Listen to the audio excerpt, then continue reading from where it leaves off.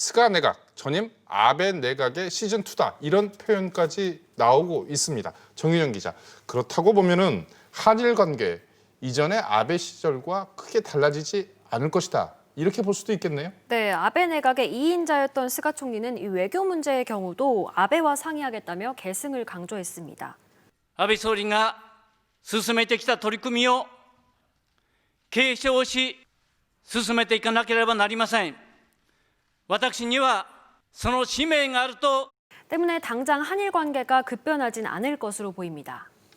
국정 철학이나 국가 전략의 어떤 방향성이 비슷한 정치 집단이기 때문에 아베 시대의 어떤 노선하고 크게 달라질 거는 없을 것 같습니다. 한국하고 관계 개선을 통해서 얻게 되는 실익, 정치적, 외교적 실익이라는 게 그렇게 크지 않기 때문에 당분간은 이 경색된 한일 관계 국면이 계속 이어지지 않을까.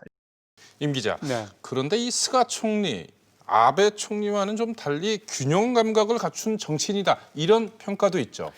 예, 제가 일부러 두 사람의 일본 전문가랑 통화를 해봤는데 두 사람이 말씀하신 그 부분, 즉 실용적인 부분, 또 합리적인 부분, 균형감이 있다. 이런 부분에 대해서 같은 생각을 갖고 있었습니다. 네. 두 전문가 얘기 계속해서 들어보시겠습니다.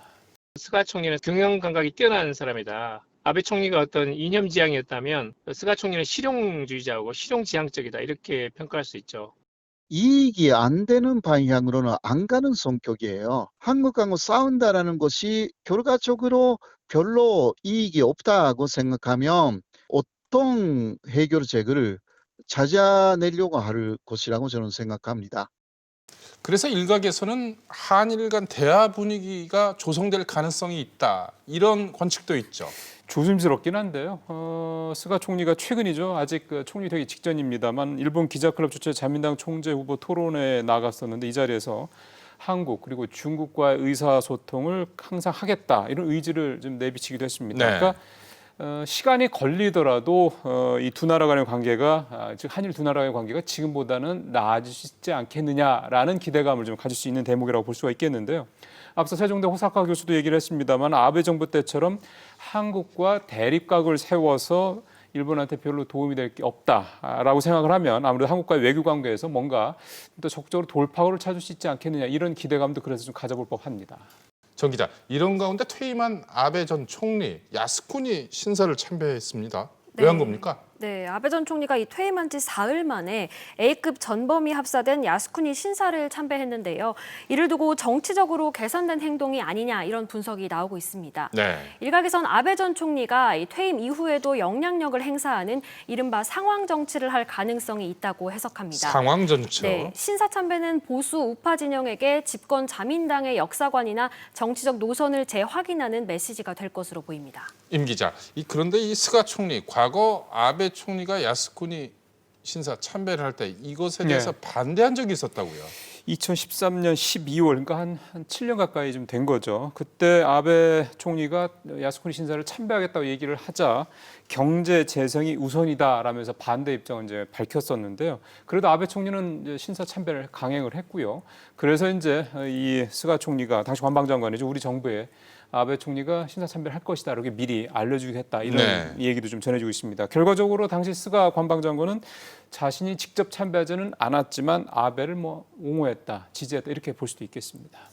二度と人々が戦争の惨禍に苦しむことがない時代を作るとの参拝であったと。 예, 당시 스가 장관의 이런 행보는 사실상의 양적 완화 조치인 아베노믹스를 시행해야 될 정도로 일본의 경제가 어려운 상황에서 굳이 신사 참배를 해서 주변국들을 자극할 필요가 있겠느냐 이런 취지로 좀 해석이 좀 되는데요. 네. 이러다 보니까 뼈속부터 우파라고 불리고 있는 아베 전 총리와 달리 이 스가 총리 같은 경우는 이념보다는 실용성에 무게를 두고 있다. 그런 성향을 좀 엿볼 수 있다. 이렇게 해석을 해볼 수가 있겠습니다. 정 기자, 그래서 지금 임 기자 설명을 들었습니다만 신임 스가 총리 외교 분야에서도 굉장히 실용적일 것이다. 이런 관측도 있죠. 네, 그렇습니다. 향후 코로나19가 진정되고 이 차기 선거에서 스가 총리가 재집권하면 이 아베 전 총리와 다른 스타일의 외교 행보를 보일 가능성도 있다, 이런 전망이 나오고 있습니다. 네. 또 하나 주목받는 부분은 스가 총리와 자민당 내에서 영향력이 강한 니카이 간사장과의 친분입니다.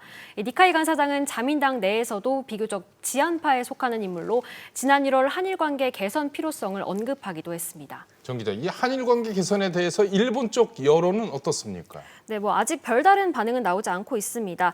다만 진보 성향의 아사히 신문은 9월 18일 이 사설을 통해서 한일 간 대화 필요성을 지적했습니다.